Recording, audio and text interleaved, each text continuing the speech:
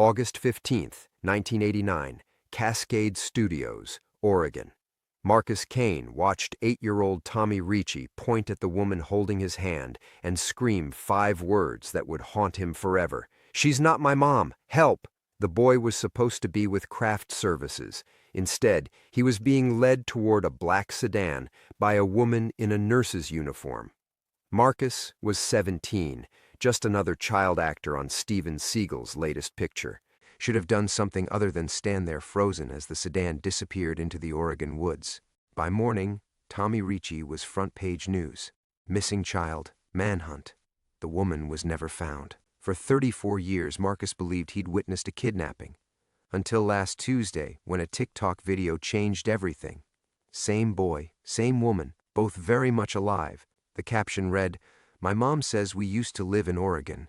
Before we jump back in, tell us where you're tuning in from, and if this story touches you, make sure you're subscribed because tomorrow I've saved something extra special for you." Marcus Kane's fingers trembled as he replayed the TikTok video for the 47th time. The coffee shop's Wi-Fi struggled with the bandwidth, causing the image to pixelate just as the man turned toward the camera. But Marcus had seen enough. The jawline, the distinctive cleft chin, the way he tilted his head when he smiled. Tommy Ricci, 34 years older, but unmistakably Tommy. The woman beside him in the video looked different. Grayer hair, deeper lines around her eyes, but Marcus recognized the sharp cheekbones, the narrow nose. The same woman who'd worn a nurse's uniform that August night in 1989. The woman who'd vanished with Tommy into the Oregon wilderness while Marcus stood paralyzed on the studio lot. His phone buzzed. A text from his assistant-client meeting moved to 3 p.m. "Everything okay? You missed the Henderson security briefing." Marcus stared at the message. Henderson. Right. He was supposed to be reviewing camera placements for some tech executive's home security system. His ordinary Tuesday had evaporated the moment he'd stumbled across that video during his lunch break. He thumbed back to the TikTok. User, Real Talk Mic 2024. Location tagged, Sacramento, California. Posted 3 days ago, already trending with the hashtag family reunion. The comments were typical TikTok noise, mostly teenagers saying goals and wholesome content. A few older users asking why the woman looked familiar. But one comment made Marcus's blood freeze. "Isn't that the kid who disappeared from that Steven Seagal movie? My mom was obsessed with that case." Marcus screenshotted the comment before it could disappear. His hands were shaking harder now. He grabbed his coffee cup, but the ceramic slipped through his fingers, shattering against the cafe floor. "Sir, you all right?" The barista approached with a towel, concern creasing her young face. "Fine. Sorry. I'll pay for—" "Don't worry about it. You look like you've seen a ghost. If only she knew." Marcus left a 20 on the table and pushed out into Portland's gray afternoon. The familiar weight of the city's perpetual drizzle did nothing to ground him. He'd built his life here precisely because it was 300 miles from Cascade Studios, far enough from the memories. His security consulting business occupied a modest office in the Pearl District. Steady clients, predictable problems. Rich people wanting to feel safer in their million-dollar homes. Corporate executives paranoid about industrial espionage. Nothing that required him to think about missing children or mysterious disappearances. Inside his office, Marcus locked the door and pulled up his laptop. He'd avoided this for decades, but now he had no choice. He needed to see the original police reports. The Ricci case files were partially digitized, scattered across true crime forums and newspaper archives. Marcus bookmarked everything he could find, his security consultant instincts kicking in despite the personal chaos. Timeline, witness statements, physical evidence. The official story had always felt wrong. 8-year-old Tommy Ricci, child actor filming his second movie, simply walked away from set during lunch break. The woman in the nurse's uniform was dismissed as a confused witness account. Maybe Tommy had been scared, homesick. Maybe he'd tried to hitchhike back to Los Angeles and met with foul play in the Oregon wilderness. But Marcus remembered what he'd heard. The terror in Tommy's voice. The way the woman had gripped the boy's wrist, the deliberate efficiency with which she'd moved toward that sedan. His phone rang. "Marcus Kane's security. Mr. Kane?" This is Detective Sarah Voss, Portland Police. I understand you do background investigations as part of your consulting work? Marcus's pulse spiked. That's correct. I need to discuss a cold case with you. Involves a missing child from 1989. Can you come in today? The phone felt heavy in his hand. What makes you think I can help? Because according to our files, you were the last person to see Tommy Ricci alive. The line went dead. Marcus stared at his reflection in the laptop screen. For 34 years, he'd convinced himself he was just a traumatized teenager who'd witnessed something terrible, that his memories were unreliable, that the guilt was unwarranted. But if Tommy was alive, if that TikTok video was real, then everything Marcus thought he knew about that night was a lie. He pulled up the video one more time, studying the background. Sacramento. The woman who was supposed to be dead was living openly, posting family content on social media. Either she was the world's most brazen kidnapper or something far more complex was happening. Marcus grabbed his jacket and keys. Detective Voss wanted to talk about the past, but first he needed answers about the present. Sacramento was a 6-hour drive. If Tommy Ricci was alive, Marcus was going to find him. And this time, he wouldn't stand frozen while the truth disappeared into the wilderness. We're just getting started with this wild ride. Drop a comment below letting me know your theories about what really happened to Tommy, and smash that follow button because tomorrow's chapter reveals what Detective Voss knows that could change everything. Marcus stood in his office doorway, keys cutting into his palm, watching the rain streak down the windows of the building across the street. The rational part of his mind, the part that had built a successful security business from scratch, was screaming at him to stay. Call Detective Voss back, handle this through proper channels. But the 15-year-old boy who'd failed Tommy Ricci 34 years ago was already walking toward the parking garage. His phone buzzed again. Another client emergency, probably. Marcus powered it down without looking. Let the ordinary world handle itself for once. He had 6 hours of highway to figure out what he'd say when he found the man who might be Tommy Ricci. The drive to Sacramento stretched ahead like a penance he'd been avoiding his entire adult life. Marcus had made this journey exactly once before. In 1991, 2 years after Tommy's disappearance, when the guilt had finally driven him to visit the search site. He'd stood at the edge of the Cascade National Forest, staring into the green darkness where rescue teams had found nothing but Tommy's jacket snagged on a pine branch. Today felt different, purposeful in a way that terrified him. As he merged onto I-5, Marcus allowed himself to remember what he'd spent decades trying to forget. The last normal conversation he'd had with Tommy on that August morning in 1989, sitting in the craft services tent while makeup artists touched up their bruises from the previous day's stunt work. My mom says if this movie does good, we might move to Portland, Tommy had said, picking pepperoni off his pizza. She likes it here, says it's quieter than L.A. Tommy's mother, the real one, Sarah Ricci, who died in a car accident 6 months before filming began. Marcus remembered her from Tommy's first movie, a fierce, protective woman who'd negotiated every clause of her son's contracts herself. She'd left Tommy in the care of his aunt, a woman Marcus had met exactly once at the film's wrap party. Not the woman in the TikTok video, not the woman who'd taken Tommy. The rain intensified as Marcus passed Eugene, and with it came the sensory flood he'd been holding back. The smell of wet pine and diesel fuel that had permeated the film set. The constant hum of generators powering the lights, the way his child actor colleagues had clustered together during downtime, bonding over shared experiences of tutors and early call times, and parents who treated them like investments. Tommy had been different, quieter, more serious than most 8-year-olds. He'd talked about wanting to be a real detective someday, not just an actor playing one. During breaks between takes, he'd pepper the security consultants with questions about surveillance techniques and crime scene analysis. Marcus pulled into a rest stop near Cottage Grove, his hands cramping from gripping the steering wheel. The parking lot was nearly empty except for a few long-haul truckers catching sleep in their cabs. He sat in his car, engine running, watching the wipers sweep away the accumulating rain. His reflection in the windshield showed 53 years of careful distance from that traumatized teenager. Gray temples, laugh lines from years of client dinners, the slight stoop of someone who spent too much time hunched over computer screens analyzing security footage. He'd built a life that mattered, protected families, helped people sleep better at night.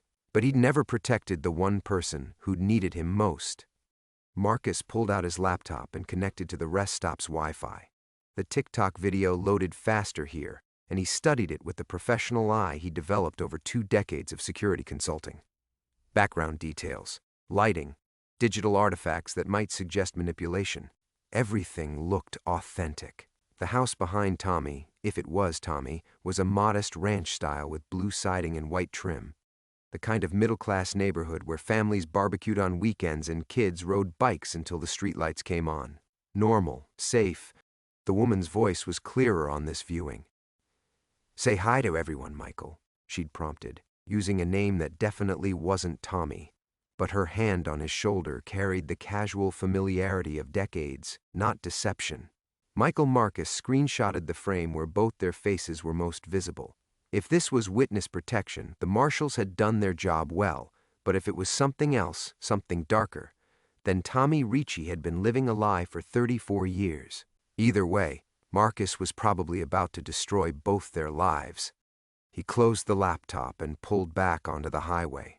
Sacramento was still 3 hours away, but already he could feel the careful equilibrium of his adult life beginning to fracture. Detective Voss would be expecting answers he might not be able to give.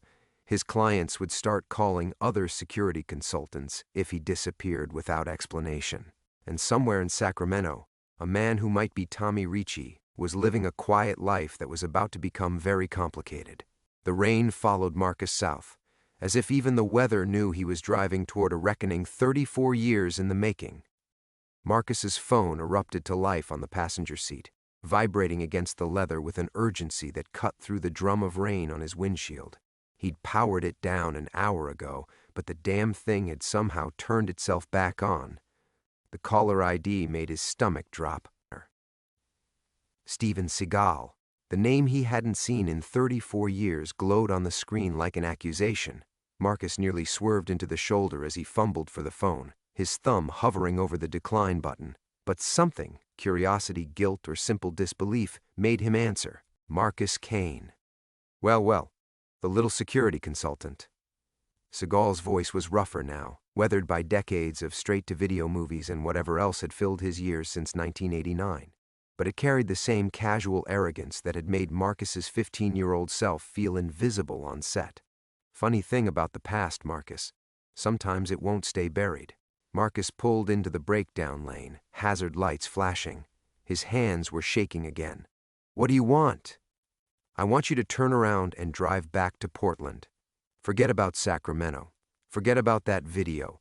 Forget about questions that are better left unasked." The casual confidence in Seagal's voice sent ice down Marcus's spine. "How do you know about—" TikTok's a funny thing, isn't it? All that data, all those algorithms. You start searching for someone, other people notice, start asking their own questions. A pause, filled with the sound of traffic in the background. Seagal was in a car too, Marcus realized. Some of those people don't appreciate curiosity. Marcus stared through his rain-streaked windshield at the Oregon wilderness rolling past, the same forest where they'd supposedly found Tommy's jacket. "You son of a bitch, you knew what happened to him." "I knew what I was told to know." "Same as you should know now." Seagal's voice hardened. Tommy Ricci ran away from set, got lost in the woods, end of story. Has been for 34 years. Bullshit. The word came out harder than Marcus intended. "I saw him. I saw her take him. And now they're both alive, making family videos in Sacramento like none of it ever happened." The silence stretched long enough that Marcus thought the call had dropped. When Seagal spoke again, his tone had shifted from casual threat to something that might have been genuine concern. "You remember what you think you remember, kid. Trauma does funny things to memory. But let me tell you what I remember about that night." Another pause. "I remember a phone call that came in around midnight, federal marshals. Said there'd been a credible threat against one of our child actors, said they had to move fast, said the fewer people who knew the truth, the safer everyone would be." Marcus's mouth went dry. Witness protection. Smart boy. Always were, even when you were 15 and scared shitless. Seagal's voice softened slightly. Tommy's aunt wasn't really his aunt, Marcus. She was a federal marshal. Sarah Ricci had gotten mixed up with some very bad people in Los Angeles. Drug money, organized crime, the kind of shit that follows families for generations. When Sarah died, those people turned their attention to Tommy. The pieces were falling into place with horrifying clarity. The terror in his voice when she took him. He was 8 years old, Stephen. He was terrified because he didn't understand. He was terrified because someone had put a price on his head. The marshals saved his life that night, even if it looked like kidnapping to a traumatized teenager. Seagal's voice hardened again. And now, 34 years later, you're about to blow his cover because you couldn't leave well enough alone. Marcus closed his eyes, feeling the careful foundations of his understanding crumble. Every nightmare, every therapy session, every moment of guilt over the last 3 decades, all based on a misunderstanding. Tommy hadn't been kidnapped. He'd been rescued. Why didn't anyone tell me? Because you were 15. Because traumatized kids make unreliable witnesses. Because sometimes a lie serves the greater good. Seagal paused. The people who wanted Tommy dead in 1989? Their children run the same organizations now. Blood debts don't expire, Marcus. You show up in Sacramento asking questions, you put that man and his family in danger. Marcus stared at the phone, his reflection fractured in its black screen. Everything he'd believed about that night, about his own failure, about the life he'd built in penance, all of it was wrong. But if Seagal was telling the truth, then Marcus was about to make a mistake that could get people killed. Turn around, Seagal said quietly. Go back to your security consulting. Live your life. Let Tommy live his. The line went dead. Marcus sat in his car, engine idling, rain drumming against the roof like accusations. Sacramento was still 2 hours away. Tommy, Michael, was still out there, living a carefully constructed lie that had kept him alive for 34 years. And Marcus had to decide whether salvation required shattering that lie forever. Marcus sat paralyzed in the breakdown lane, Seagal's words echoing in his head like a mantra of doubt. Turn around. Go back. Let Tommy live his life, the rational choice, the safe choice, the choice that would preserve 34 years of careful protection. But rationality had never been Marcus's strong suit when it came to Tommy Ricci. He pulled back onto the highway, driving south toward Sacramento with the stubborn determination of someone who'd spent 3 decades building his identity around a single failure. If Seagal was telling the truth, then Marcus wasn't a failed protector. He was a potential destroyer. But something about the phone call felt wrong, too convenient, too rehearsed. The rain lessened as he crossed into California, but the weight in his chest only grew heavier. His phone buzzed against the passenger seat. Detective Voss, probably. Or his assistant, wondering why he'd vanished in the middle of a Tuesday. Marcus ignored it. An hour outside Sacramento, he stopped for gas at a truck stop that looked like it hadn't been updated since 1989. The fluorescent lights flickered overhead as he filled his tank, casting everything in sickly green shadows. A trucker at the next pump glanced at Marcus's Oregon plates and nodded. Long drive in this weather, the man said, squinting at the darkening sky. Yeah. Marcus replaced the gas cap with unnecessary force. Sometimes you have to finish what you started. The trucker shrugged and walked away, probably assuming Marcus was talking about the drive. But as Marcus stood there breathing diesel fumes and watching brake lights disappear into the distance, he realized he was talking about something much more complicated. His phone buzzed again. This time he looked. Unknown number. Some doors shouldn't be opened, Mr. Kane. Marcus stared at the message, ice forming in his stomach. Not Seagal's number. Someone else was watching. Someone who wanted him to know they were watching. He deleted the message and got back in his car, but the damage was done. The quiet fear he'd been pushing down all day finally surfaced, spreading through his chest like ink in water. For 34 years, he'd lived with guilt, but guilt was familiar, manageable. Fear was something else entirely. Sacramento's sprawl emerged from the valley ahead, a maze of strip malls and housing developments that could hide 1,000 secrets. Marcus pulled over at a McDonald's and opened his laptop, studying the TikTok video one more time. The background details he'd memorized during the drive: blue siding, white trim, a chain-link fence visible at the edge of the frame. The license plate number he'd spotted on a car in the driveway. Professional habits died hard, even when they might get people killed. The address took him 20 minutes to find through cross-referencing property records and DMV databases. Skills he'd developed for client background checks now turned toward purposes he was beginning to question. 2847 Maple Street, a quiet residential neighborhood where the streetlights were just beginning to flicker on. Marcus drove past the house slowly, his heart hammering against his ribs. Blue siding, white trim, chain-link fence. The same modest ranch from the video, now dark except for a warm glow from what looked like a kitchen window. He parked 2 blocks away and walked back, telling himself he just wanted to see, just wanted to confirm, just wanted to know if the man living in that house carried himself like Tommy Ricci, or like someone who'd spent 34 years learning to be someone else. But as Marcus approached 2847 Maple Street, a car engine started somewhere behind him. He glanced back and saw headlights pulling away from the curb, a dark sedan that had been sitting there when he'd walked past. Following at a distance now, engine quiet, lights dim. Someone else was watching the house. Marcus's security consultant instincts kicked in, overriding his personal chaos. He ducked behind a parked truck and pulled out his phone, zooming in to photograph the sedan's license plate.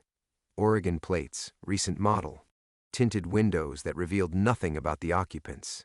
The car made a slow circuit of the block and disappeared, but Marcus knew it would be back. Surveillance patterns, reconnaissance, the kind of careful observation that preceded action. His phone buzzed with another unknown number. Last warning, Marcus. Some things are bigger than your guilt. This time, Marcus didn't delete the message. He screenshot it, forwarded it to his own email, and started building a digital trail.